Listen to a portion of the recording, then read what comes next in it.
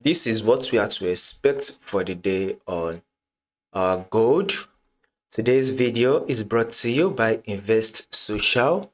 Invest Social is a community where traders of like-minded people come together to share market insights, market updates, and also market strategy.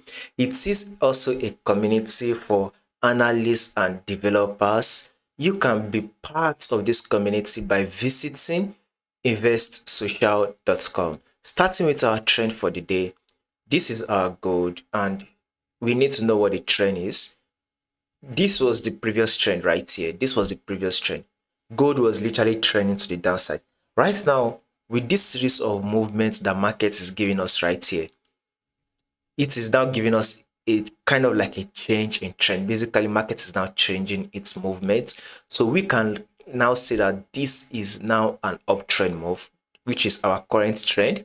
Our current trend is now an uptrend move. Now, let's drop down to our 4-hour time frame. We had multiple rejection at the zone. At this, this zone was once resistance zone, and we also had another multiple rejection at the zone, which was once our support zone.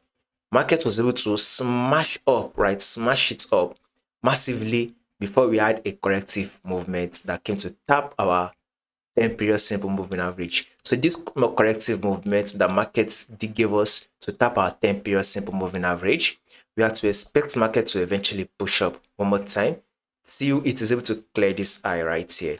So let's see if gold can hit a level of 4,000. Sorry, let's see if we can hit a level of 4,289. So if it does not hit the level of 4,289 today, we are likely to hit the level by next week. So we should expect gold to kind of give us like a bullish move till it is able to hit a level of 4,289. So see you in the next video. If you find this video very helpful, you can be part of the community by visiting investsocial.com.